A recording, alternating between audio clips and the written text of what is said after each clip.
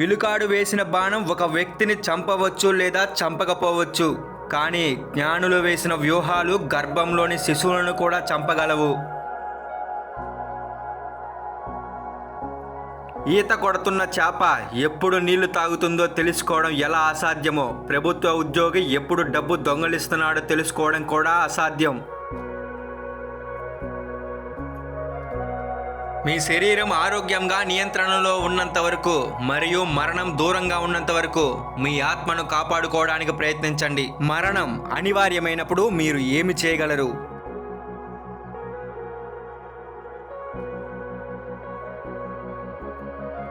న్యాయమూర్తి లేనప్పుడు బలవంతుడు బలహీనుడిని మింగేస్తాడు, కానీ అతని రక్షణలో బలహీనుడు బలవంతుని ఎదిరిస్తాడు.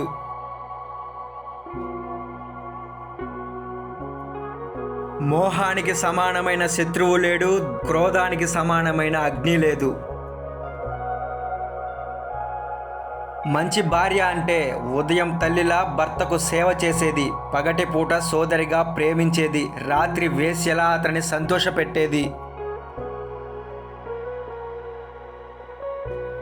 వర్షపు నీటికి సమానమైన నీరు లేదు, సొంత శక్తికి సమానమైన బలం లేదు, కళ్ళ కాంతికి సమానమైన కాంతి లేదు, మరియు ఆహార ధాన్యాల కంటే ప్రియమైన సంపద లేదు. కామం ఆనందానికి మూలం కాదు, ఉత్సాహం శత్రువు కాదు, కోపం కోపానికి మూలం కాదు, మరియు జ్ఞానం ఆనందానికి మూలం కాదు. శంఖము మరియు లక్ష్మి ఇద్దరు సముద్ర మదనంలో సముద్రం నుండి జన్మించిన వారు, కానీ వీరిలో ఒకరు ధన సంపదలతో విశ్వంలో పూజించబడతారు, మరొకరు సాధు సంతతులతో కలిసి భిక్షాటన చేస్తూ తిరుగుతారు.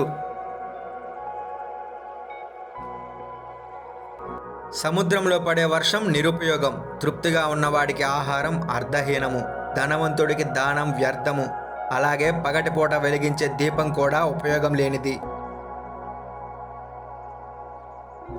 అగ్ని, గురువు, బ్రాహ్మణుడు, గోవు, కన్య, వృద్ధుడు, బాలుడు వీరి పట్ల గౌరవం చూపటం మన కర్తవ్యం. వీరిని పాదాలతో తాకిన మూర్ఖుడు అపారమైన దుఃఖాన్ని అనుభవిస్తాడు. నన్ను విడిచిపోయిన వారికి నేను కృతజ్ఞుణ్ణి, ఎందుకంటే వారు నాకు నేర్పినదేమిటంటే నేను ఒంటరిగా కూడా ముందుకు సాగగలను. కోకిల వసంతకాలం వచ్చే వరకు మౌనంగా ఉంటుంది, కానీ వసంతం రాకతో అది తన మధురమైన స్వరంతో 10 దిక్కులకు ప్రతిధ్వనించటం ప్రారంభిస్తుంది. తెలివైన వారు కూడా తమ పనిని సరైన సమయంలోనే చేయాలి. భార్య నుండి వేరు చేయటం, సొంత వ్యక్తుల నుండి అవమానం, యుద్ధంలో రక్షించబడిన శత్రువు, దుష్టరాజుకు సేవ, పేదరికం మరియు తప్పుగా నిర్వహించబడిన సభ. ఈ 6 విషయాలు ఒక వ్యక్తిని బాధ పెడితే అగ్ని లేకుండా కూడా అతనిని కాల్చివేస్తాయి. సింహంలా ధైర్యంగా అంకిత భావంతో పనిచేయి. బాధ్యత తీసుకున్న పని పూర్తి కర్తవ్యంతో పూర్తి చేయి. ఆలస్యం చేసేవారు లేదా ఇతరులను మభ్యపెట్టేవారు ఎప్పటికీ నమ్మకం పొందరు. ఒక తెలివైన వ్యక్తి పిల్లల తెలివైన మాటలను కూడా ఉపయోగిస్తాడు. అవమానం తెచ్చుకొని ఈ జీవితాన్ని కాపాడుకోవటం కంటే చనిపోవటం మేలు. ప్రాణ నష్టం ఒక క్షణం మాత్రమే దుఃఖాన్ని కలిగిస్తుంది, కానీ అవమానం జీవితంలో ప్రతిరోజు దుఃఖాన్ని తెస్తుంది.